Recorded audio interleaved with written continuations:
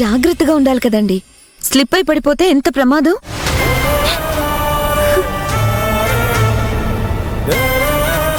అయ్యో, ఏంటండి ఆ కన్నీళ్ళు? ఇష్టమైన వాళ్ళని వదిలిపెట్టి ప్రయాణం చేస్తున్నారా?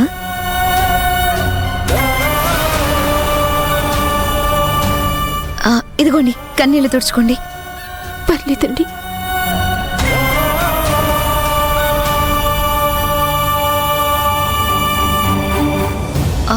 మీ సీట్ నెంబర్ ఎంత? 10. నాది 9 అండి. మన ఇద్దరిని పక్క పక్క సీట్లే కలిసి ప్రయాణం చేయాలని రాసి పెట్టినట్టుంది. అందుకే పరిచయం ఇలా జరిగింది. సరే రండి, కూర్చుందాం.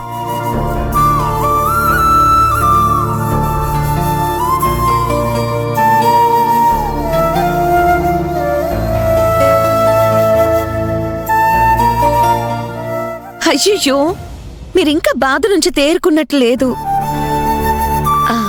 ఇష్టమైన వాళ్ళని వదిలి వెళ్తేనే ఆ బాధ ఉంటుంది. నిజంగా బంధాలు చాలా గొప్పవండి. దగ్గరైతే సంతోషంతో, దూరమైతే బాధతో ఎమోషన్ కి గురి చేస్తూ ఉంటాయి. నేను కూడా ఒక విధంగా ఎమోషన్ గానే ఉన్నాను, కాకపోతే నాది హ్యాపీ ఎమోషన్.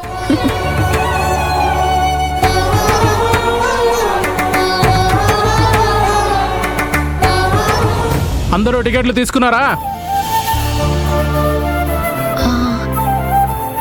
యాండి, బస్ బయలుదేరడానికి ఇంకా ఎంతసేపు?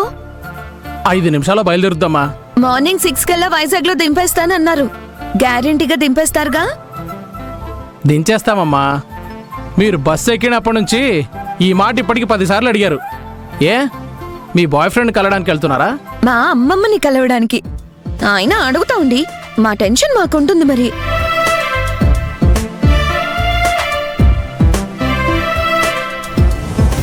మీరు వైజాగేనా? అవునండి. మీ పేరేంటి?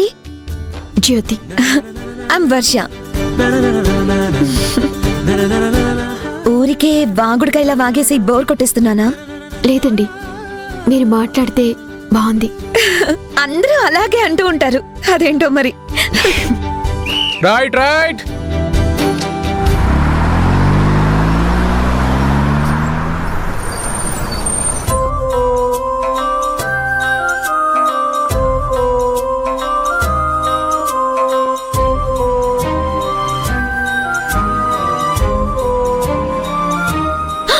అయ్యో బాబోయ్, బస్సు ఎక్కగానే మా అమ్మమ్మకి ఫోన్ చేస్తానని చెప్పాను. ఈ గొడవలో పడి మర్చిపోయాను.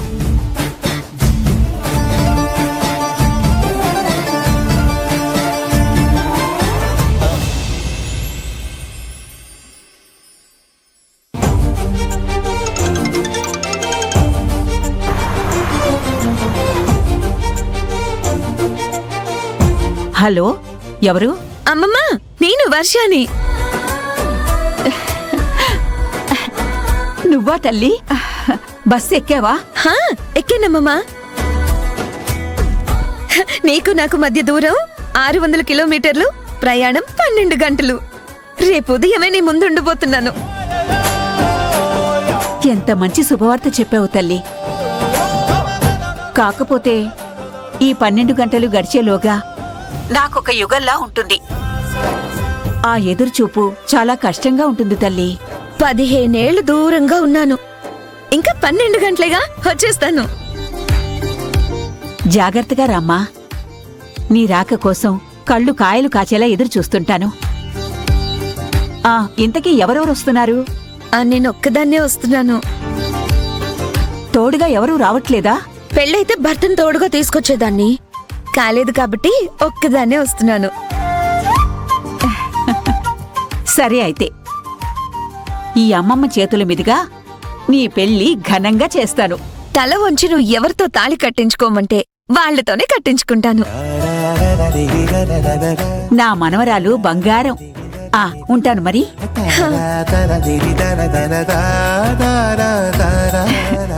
నా మనవరాలు వచ్చేస్తుంది. ఎన్నాళ్లకు కరుణించావు తల్లి.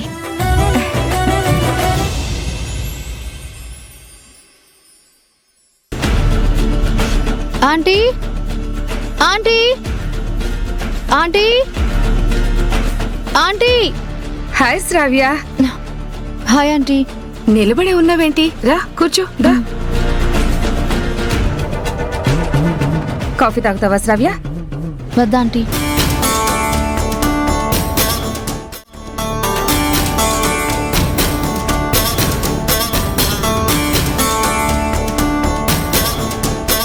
శ్రావ్య, జ్యోతి శాశ్వతంగా రాజీవ్ని వదిలేసి వెళ్ళిపోయిందన్న ఉత్సాహం నీలో లేదే.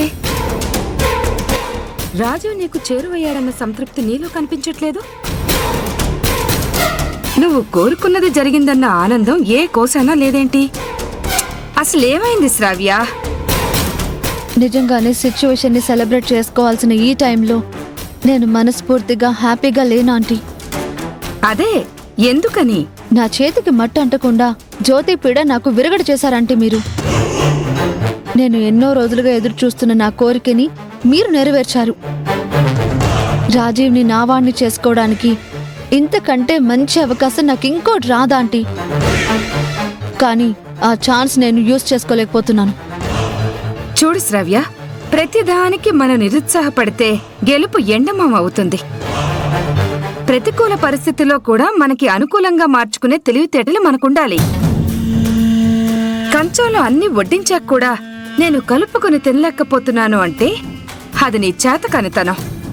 నన్నేం చేయమంటారా ఆంటీ? రాజీవ్ పూర్తిగా జ్యోతి ఆలోచనలతోనే కాలం గడుపుతున్నాడు. దాని ధ్యాసలోంచి అసలు బయటికి రాలేకపోతున్నాడు. జ్యోతి జ్ఞాపకాలని మర్చిపోలేకపోతున్నాడు. నేను నీకున్నాను రాజీవ్ అని భరోసా కల్పిద్దామన్నా, ప్రేమగా 4 మాటలు చెప్పి తన మనసు నా వైపుకి మళ్లించుకుందామన్నా అసలు నా వైపే చూడట్లేదు. నా నీడని చూసినా కసురుకుంటున్నాడు. శ్రావ్య, సముద్రంలో మునిగిపోయిన వాణ్ణి, ప్రేమలో కూరికిపోయిన వాళ్ళని అంత తొందరగా బయటికి తీసుకురాలేం. జ్యోతిని రాజీవ్ ప్రాణంగా ప్రేమించాడు. దానికోసం కొన్నిసార్లు కన్నతల్లిని కూడా ఎదిరించాడు.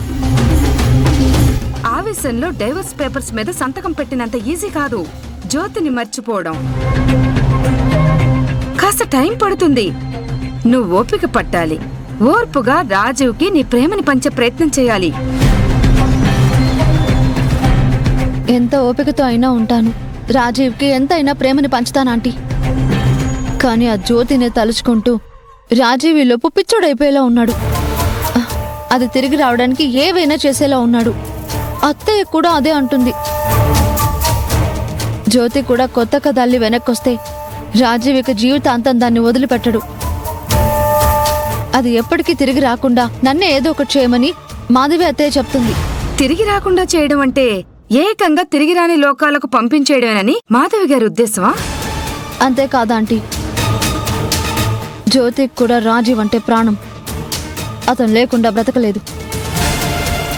రాజీవ్ తప్ప తనకి లోకంలో మరొకరు కూడా లేరు కదా. అది బ్రతుకుందంటే గ్యారంటీగా వెనక్కి తిరిగి వస్తుంది.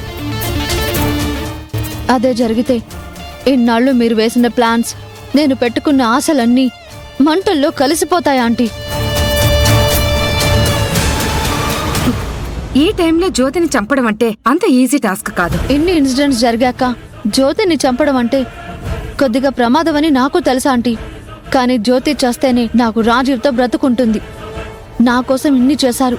ఇదొక్కటి చేసి జ్యోతిని శాశ్వతంగా అడ్డు తొలగించి రాజీవ్తో నాకు జీవితాన్ని ఇవ్వండి ఆంటీ. Please aunty. చంపడం కాకుండా ఇంకేమైనా చేయమంటావా? ఆంటీ, జ్యోతి గనక ప్రాణాలతో ఉంటే ఖచ్చితంగా తిరిగొస్తుంది. లేదా రాజీవ్ అయినా వెతికి పట్టుకుని వెంట తెచ్చుకుంటాడు.